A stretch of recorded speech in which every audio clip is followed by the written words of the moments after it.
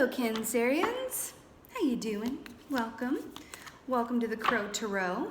We are going to be doing your second half of June general reading here. We're going to start off with some lovely animal energy, but of course, and then move right into the cards. All right, let's see what the animal energy is for Cancer. Second half of June. What is the animal energy for Cancer? Please and thank you. For second half of June. Ooh, someone else got this today. I do not remember who. The horse. Okay, so I want to bring up a really fun parallel. So, you know how in the deck, you guys are represented by the chariot, right? Which is all about like chariot horses, all of that good stuff. So I love that this is coming up for you guys. This is very auspicious in my opinion, especially as we are about-ish to be in your birthday season coming up here. So the horse is very spiritual in nature. It is. So the horse can represent being able to, it's about spiritual pilgrimage, about being able to transcend time and space and really astral travel and all that good stuff. But the horse also represents feeling free and freedom, right? And this is that really feeling of like, yes, like I'm free from anything that's ever, was limiting points of perspective, free from any ties that bind that were not of my highest and best good. Really feels like it's a new dawn, a new day, a new life. And you're feeling good. Galloping across the plains, right? This is beautiful here. This moon too really speaks of that spirituality and just feeling really grounded and good and where you are, not just where you are, but where you're going. Because that's what I was getting in your meditation. It was very active, like skyrockets in flight. This is very much about, it feels very much about where you're going. The horse also represents, for me energetically, being able to see both the past and the future in equal measure. That doesn't mean living in the past, right? One of you guys' superpowers is the past though, because when you are a Cancer sign in alignment, every sign has shadow energy, darlings. That's just the way of things. But what you guys in alignment are really, really, really beautiful and talented at doing is being able to look at the past without succumbing to it or living in past energy, but being able to refer to it in order to inform your future. Looking to it for like a reference guide, It's like referring to your notes and going, how did I get from there to there? And then using that to inform your future steps. That feels really important. Okay. So let's see what's going on with my Cancers for second half of June.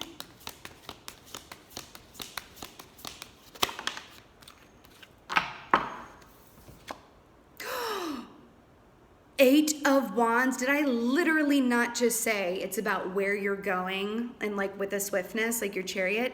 Woo, woo, woo. This is very much for me. Okay, first of all, this is movement, okay? It's movement, just like this siren ambulance that's passing by right now. But it's upward movement. But why I'm obsessed with this is because, yes, it can absolutely represent communication coming in or going out, okay? Communication of a new job offer from a prospective love interest, yada-dee-yada-da. However, my favorite aspect of this key is the spiritual ascension. You're climbing the ladder of your spirituality because 8 is the number of, abundance and fulfillment and prosperity, right? And then we got the sunflowers here, repping August. August feels really good for a few signs. Actually, August was coming up. But this is upward ascension and movement and prosperity and all the good things. I love it. Oh, the places you'll go. Okay, just heard that. Ooh, shaka-laka-laka-la. So we got the Tower energy here. So let's talk about this. It does feel soft though. Sometimes the Tower comes out, and I looked at the animal for reference with this too. Like sometimes the Tower comes out and it's like, oh Jesus, let's brace ourselves. But this feels more gentle, and I have to tell you why this feels so nice is because, the Tower, I like to say that it's the great rearranger.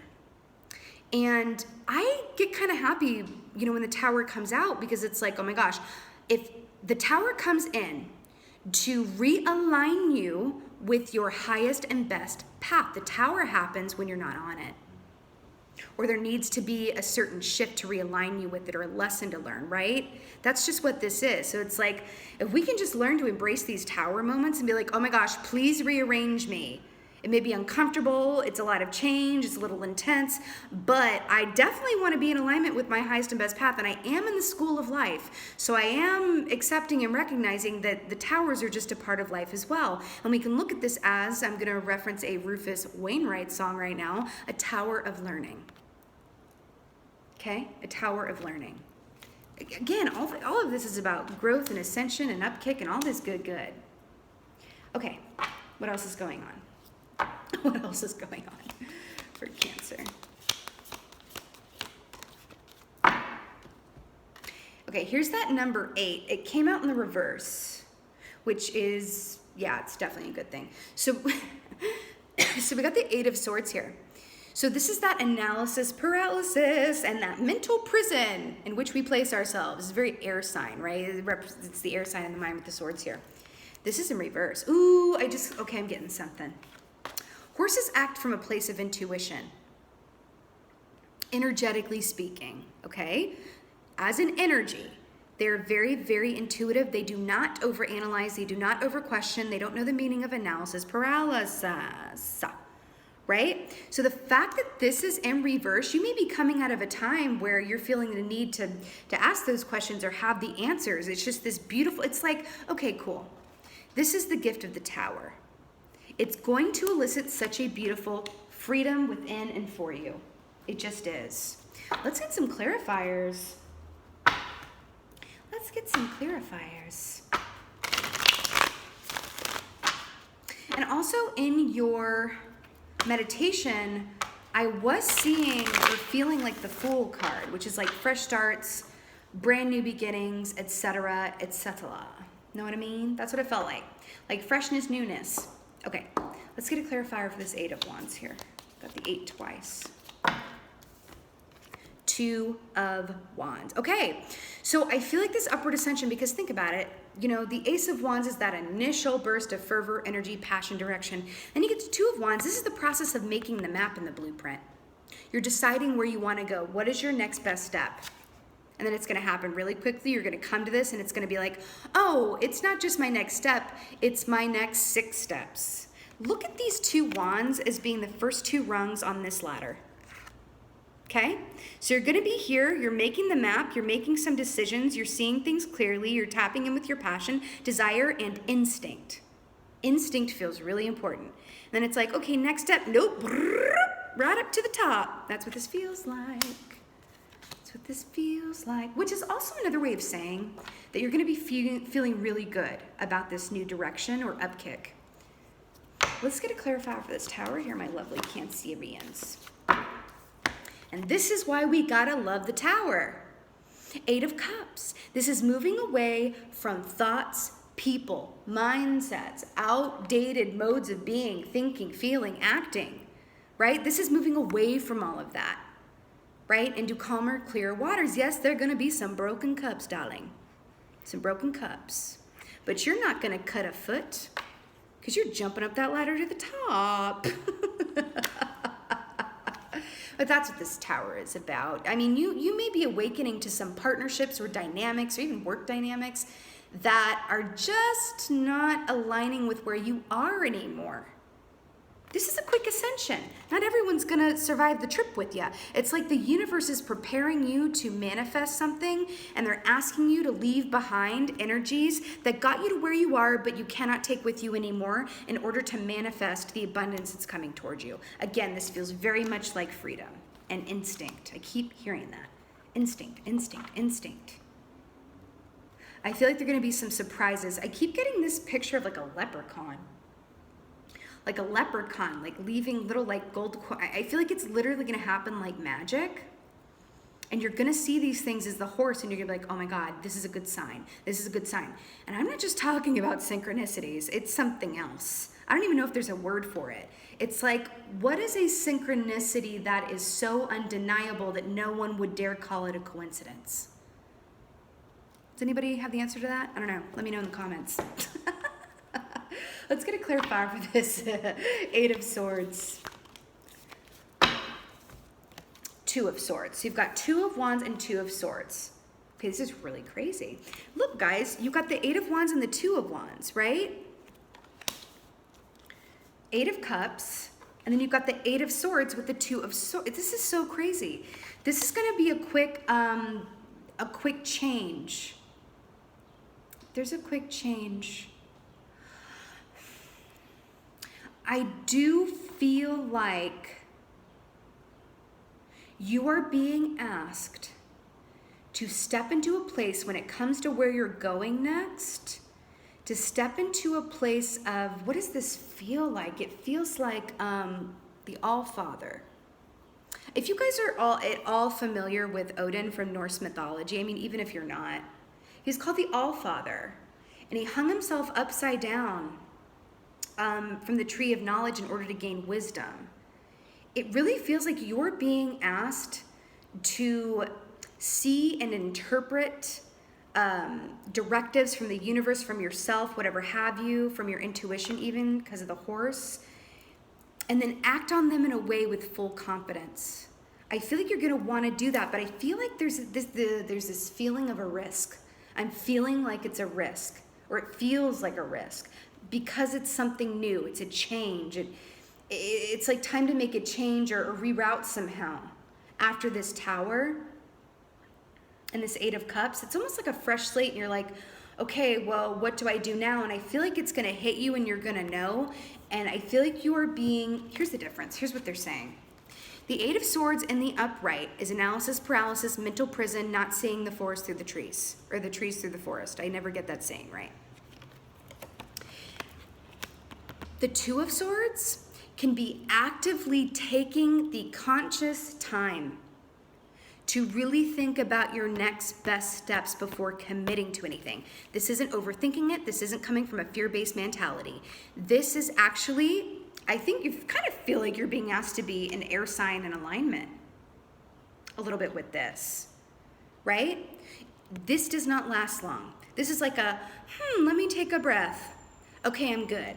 This can go on and on and on. This Eight of Swords, on and on and on and on and on and on. So they're saying, yes, you can think about it, take a moment to like check in around it and everything. But these signs that are going to be coming in are going to be so undeniable. You're not going to need 8 swords, just 2. And I feel like this has a lot to do with like your own personal freedom and confidence. It really feels that way. But it does feel like there's a risk or something that, I don't even know if it is really a risk, it just feels that way. And I know change can be challenging for, even the best of us, even the most evolved, But this is really about, it's like, okay, you can take a brief intermission before making a decision on something. You may not take the full 3 acts. Right? I'm getting an image of like a reader who like has a question, they pull a card, but they don't like the answer, then they pull another one, and another one, another one, and they end up so freaking confused by the end of it, they have no idea what's going on. I literally just saw that. I'm also hearing to go with your gut on this too. Go with your gut. But this is taking a time from a mental sphere and delegating yourself, darlings. Delegating yourself. Let's get an archangel. But it really feels like we're talking about a brand new direction, and with the greatest risk comes the greatest reward sometimes. It really feels like what we're talking about here. It really does. Right, let's get an angel card from a Kansas. What's the advice? Remember how I've been going on and on and on about this number 8 and how it's the number of prosperity and abundance? High prosperity and abundance. Archangel Ariel, your material needs are provided as you follow your intuition and manifest your dreams into reality. Huzzah and eureka. Maybe part of the reason this feels like a risk is it feels like a financial risk. Changing jobs or going out for something that you may have to take time off work to do. Like, this just feels okay. I'm hearing to, yes, take a moment to think about it and be wise, but I'm really hearing that these signs that are coming in, whatever this tower has called from your energy. Okay, Siren, thank you very much. This is the gold at the gold at the end of the rainbow. And was I not talking about leprechauns? Hello. There's a lot of money here. There's a lot of abundance to be made here. These things that are being called away from you or you're no longer aligning with, it really is so that you can get to this point of prosperity. You know, also green is the color of the heart chakra. So this is prosperity that's also emotionally fulfilling too. It's not just like you're at a dead-end job that you don't love, but you're making a lot of money. That is not what we're talking about here. This is where the heart and the pocketbook align. Oh my God. I feel like that's what I should call this reading, when the heart and the pocketbook align. Oh God. But I'm excited for y'all.